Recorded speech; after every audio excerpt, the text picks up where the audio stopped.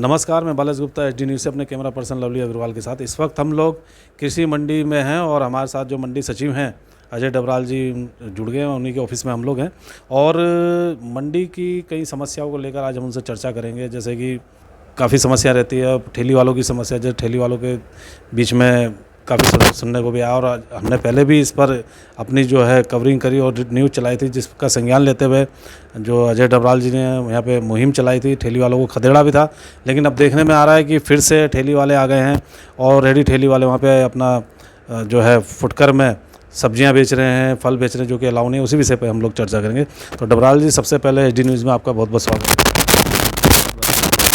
पूरी टीम को जैसे कि समय समय पर जो मंडी समिति की कार्यवाही है आपके माध्यम से आम जन तक पहुंचती हैं और निश्चित तौर पे आप देखिए कि अभी हमने ऑड इवन व्यवस्था को लागू किया है 21 तारीख से, क्योंकि बीच में इसमें ढील इसलिए दी गई थी कि कुछ वाहन नहीं आ पाए थे और कुछ रिक्शा चालक जो है, क्योंकि गेहूं कटाई का सीज़न चल रहा है, कुछ यहाँ पे कमी हो गई थी, तो इसलिए हमने उसमें थोड़ी सी शिथिलता बरती थी।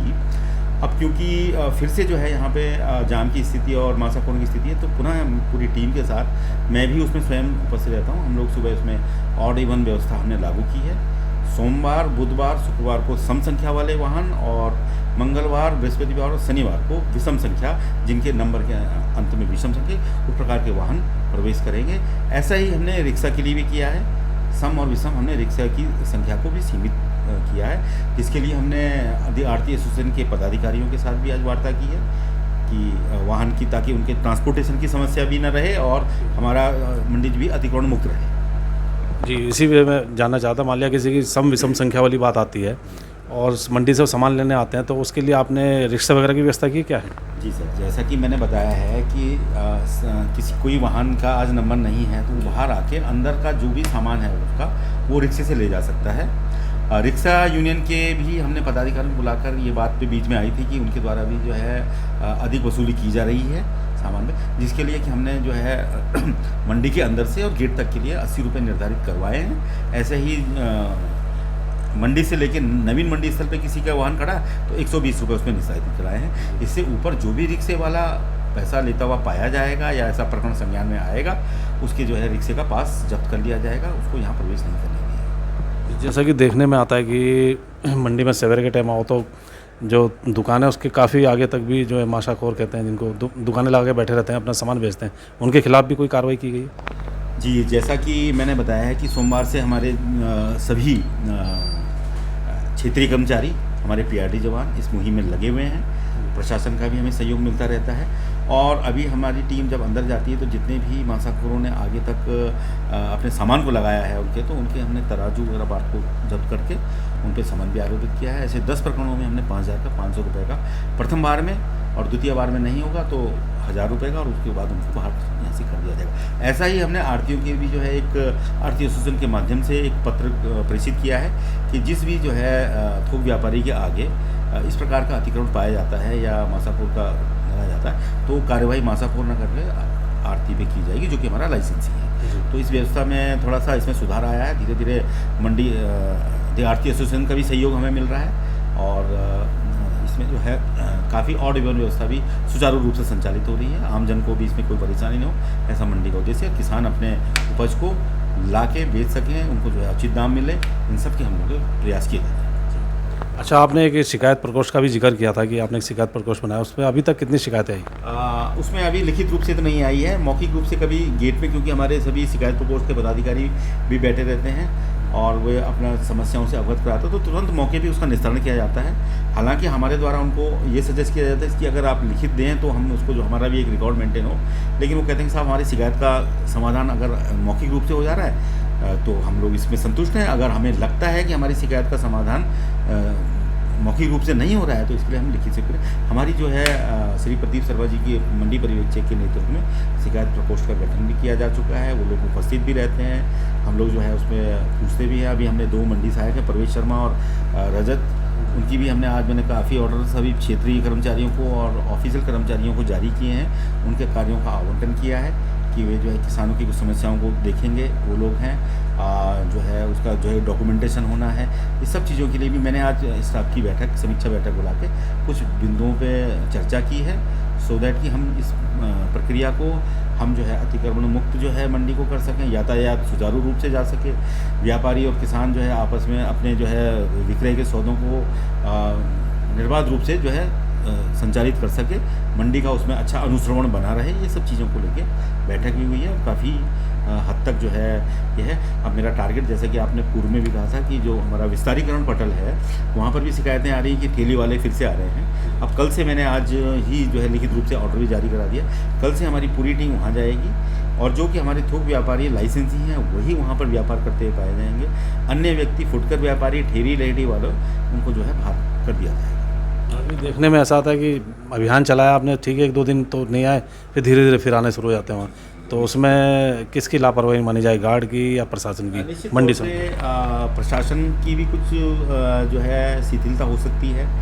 कई बार कुछ मानवीय पक्ष भी पहले बीच में आ जाते हैं कि भाई ये समय है, उसको व्यापार के लिए रहने दीजिए, कुछ मानवीय पक्ष भी देखने होते हैं। लेकिन अब क्योंकि मंडी की व्यवस्था को हमें बनाए रखना है तो हम इस पर जो है जो भी हमारे अधिनियम के अंतर्गत हमारे मंडी हित में जो भी कदम होंगे वो उठाए जाएंगे। हाँ, किसी का उत्पीड़न नहीं किया जाएगा, लेकिन किसी को अनाधिकृत रूप से प्रवेश भी नहीं करने दिया जाएगा। जैसे कि रेडी ठेली वालों से मेरी जो बात हुई है, जो वहाँ लगाते हैं मंडी परिसर में, उनका कहना है कि हम सड़क पे लगाते हैं तो पुलिस वाले हमें हटा देते हैं, इस वजह से हम मंडी में लगाते हैं। इस पे क्या कहना है? जी देखिए, ऐसा है कि वो क्योंकि बाहर के मंडी से बाहर का क्षेत्र का नगर निगम का क्षेत्र है, या तो मैं कह सकता हूँ, देखो कि वो आपका जो है एक अपने लिए वेंडिंग जोन की डिमांड करें, जैसे कि 6 नंबर पुलिया वेंडिंग जोन है, ठीक है। हम मंडी परिसर में तो उन्हें नहीं रहने देंगे, उसके लिए वो वेंडिंग जोन प्रशासन या नगर निगम जो भी अधिकृत संस्था है उनके लिए वेंडिंग जोन का डिमांड करती है तो अच्छी बात है। लेकिन क्योंकि मंडी में हमारा सिर्फ और सिर्फ थोक व्यापार के लिए हमारा जो है ये अधिसूचित क्षेत्र है, तो यहाँ पर इस प्रकार से नहीं करने जाएगा। हाँ, वो ठीक है, कोई ठेली रेहड़ी वाला थोक व्यापार का लाइसेंस लिया है, उसने उसको थोक में करना है, तो किसी को, मेरा कहने का मतलब हम किसी को उत्पीड़न का हमारा उद्देश्य नहीं है। हमारा उद्देश्य विशुद्ध रूप से जो है नियमों के तहत व्यवस्था को बनाए रखना है। जैसे आपने लाइसेंस की बात की, उनमें से किसी के पास लाइसेंस भी नहीं है, मेरे क्या लग रहा है ठेली का भी लाइसेंस नहीं है, और वो फिर भी यहाँ पे मंडी परिसर में अपना फल सब्जी बेच रहे हैं। देखिए, हमारा एक तो फुटकर का लाइसेंस होता है, लेकिन फुटकर का लाइसेंस मंडी परिसर के लिए नहीं। बाहर कोई फुटकर का लाइसेंस बनाए तो बना सकता है, बाहर के लिए मंडी का भी एक लाइसेंस होता है फुटकर, जो कि 1 साल में रिन्यू होता है। जहाँ तक अंदर के कुछ व्यापारी जो हमारे आवंटित हैं वो जो है वहाँ पर कार्य कर रहे हैं, कुछ हमारी जो सी लाइन के व्यापारी हैं उसमें काम भी कर रहे हैं। और ठेली का जो लाइसेंस है जो है वो नगर निगम के द्वारा भी दिया जाता है, तो नगर निगम से करके नगर निगम द्वारा जो निर्धारित उनको वेंडिंग जोन मिलता है, छोटी सब्जी मंडी जैसे आप देखते हैं लालपुर में बनी हुई है, आपकी जो है 6 नंबर पुलिया पे है, आपका जो है LIC बिल्डिंग के पास है, वहाँ पर नगर निगम कहीं स्थापित करता है नहीं, या यहाँ पे कोई सूटेबल जगह होती है उसमें मंडी का जो है इसमें कोई भी उसमें आपत्ति नहीं है। हाँ, हमारे कैंपस में जो भी कार्य किया जाएगा वो मंडी अधिनियमों को विशुद्ध रूप से ध्यान में रखते हुए किया जाएगा, क्योंकि दिन पर दिन देखने में आ रहा है कि जो है ठेली रेहड़ी वाले भी बढ़ते जा रहे हैं। आज प्रकार की कुछ घटनाएं इस पर जिनका वेरिफिकेशन भी किया जाना है, और क्योंकि अब वो हम उनको जो है व्यापार की अनुमति नहीं दे सकते, तो हमारा वेरिफिकेशन करना भी चाहिए। बेहतर है कि हम इनको मंडी परिसर में न रहने दें। तो जो अभी आपने बताया है ये सब आज मीटिंग में आपका फाइनल हो गया? आज समीक्षा बैठक, जैसे बताया था पूर्व में, मेरे द्वारा समीक्षा बैठक आज स्टाफ की ली गई है। हमारा नया सॉफ्टवेयर भी मुख्यालय संचालित, उसके बारे में भी कुछ अपडेट्स लिए गए हैं। फील्ड से रिलेटेड कुछ समस्याएं थी, जाम को लेके, अतिक्रमण को लेके, नवीन मंडी में जो है विस्तारीकरण पटल पर जो है इनको ठेली रेहड़ी वालों को लेके, इसके लिए मैंने कार्य आवंटन पूर्व में किए कार्य के आवंटन के अलावा और भी कार्य आवंटन अपने क्षेत्रीय और ऑफिस के कर्मचारी को किया है। और अभी भी निर्देशित किया कि पूरी टीम कल से हमारी विस्तारीकरण से अतिक्रमण मुक्त करने में लगेगी। जो गैर लाइसेंसी जो वहाँ पे काम कर रहे हैं विस्तारीकरण पर जिनको आवंटित दुकानें हैं, वे अपना कार्य निर्बाध रूप से कर सकते हैं। अन्य लोग जो किसी प्रकार के लाइसेंस ही नहीं, किसी प्रकार के जो है हमारे मंडी में जो है धारक नहीं है किसी भी वैध कागज़ों के, उनको वहाँ पर हम किसी भी प्रकार से कार्य नहीं करने देंगे। ये मेरी पूरी टीम की हमारी इस मंशा से हम लोग उसको कार्य अंजाम देने वाले हैं। एक मेरा सवाल और रह गया था कूड़ा निस्तारण को लेके, जैसे कि अभी आपने वहाँ पार्किंग बना दी है जहाँ कूड़ा होता था, और ऐसे मंडी परिसर में कूड़ा काफ़ी हालांकि इस टाइम तो दिखाई नहीं दे रहा, तो उसके लिए क्या व्यवस्था की गई?